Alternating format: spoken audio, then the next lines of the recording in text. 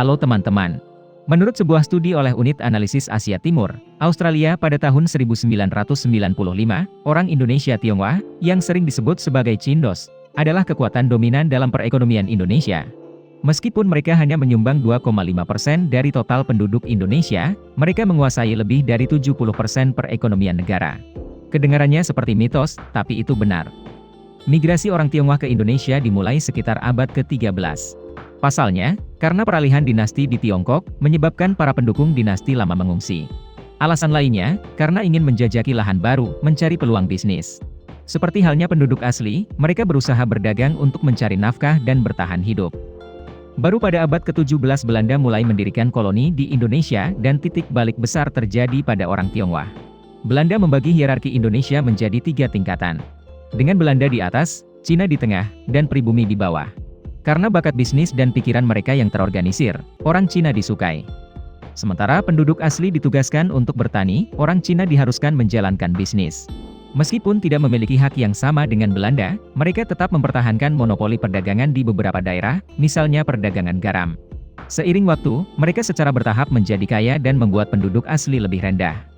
Tahun 1949, Indonesia merdeka. Pada saat ini, Cina telah menguasai banyak sektor ekonomi penting.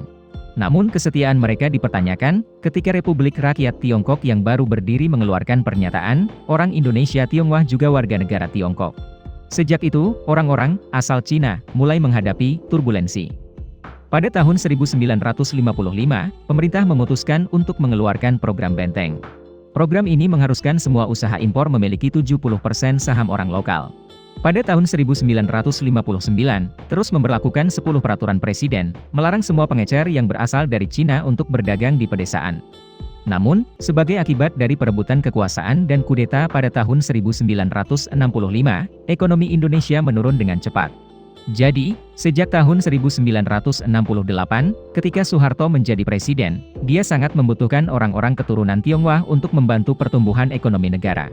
Selama 2 dekade berikutnya, dikenal sebagai periode kemakmuran ekonomi bagi Indonesia, yang dipimpin oleh etnis Tionghoa. Dari sini pula, konflik dengan pribumi dimulai. Pengusaha pribumi terhambat, karena mereka tidak bisa bersaing. Masyarakat lokal marah, karena mereka dieksploitasi untuk tenaga kerja. Pada bulan April 1994, protes keras terjadi di ibu kota Jakarta.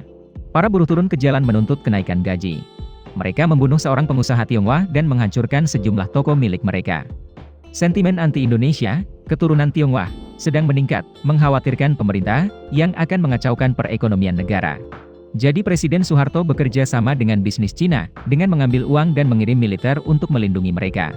Meski dilindungi oleh pemerintah, ketidakpuasan dan kebencian masih membara di kalangan penduduk. Pada tahun 1995, seorang pemilik toko Cina menampar seorang gadis muslim pribumi berusia 14 tahun, yang menyebabkan kerusuhan. Pada puncaknya, lebih dari 20.000 orang tumpah ruah ke pusat-pusat komersial Tiongkok, menghancurkan rumah-rumah dan mobil-mobil. 3 hari kemudian, seseorang Tionghoa merobek-robek Al-Quran, yang memperburuk kerusuhan dan situasi anti-Tionghoa.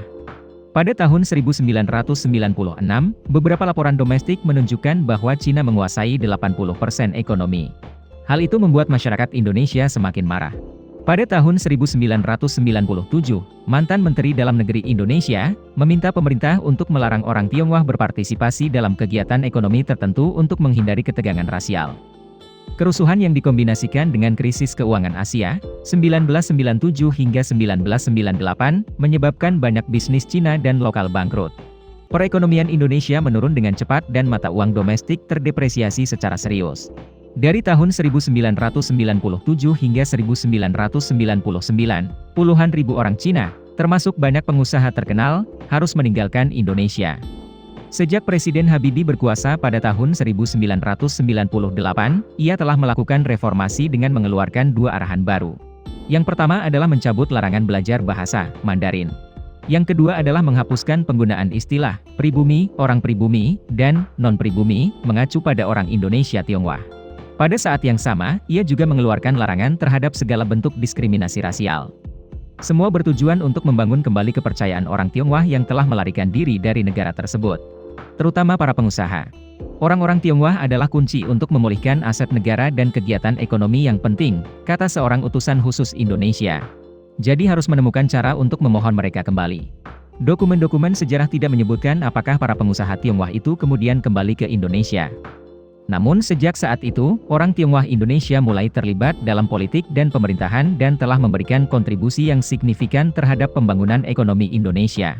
Meskipun pemerintah telah melarang diskriminasi terhadap orang Tionghoa Indonesia, di antara penduduk, banyak penduduk asli masih membenci orang Tionghoa. Karena mereka kompetitif dan tidak diunggulkan dalam banyak perdagangan. Video berakhir di sini. Terima kasih semua untuk menonton dan menyukainya. Jika menurut Anda videonya bermanfaat, beri kami suka dan berlangganan saluran untuk mendukung kami. Sampai jumpa dan sampai jumpa lagi.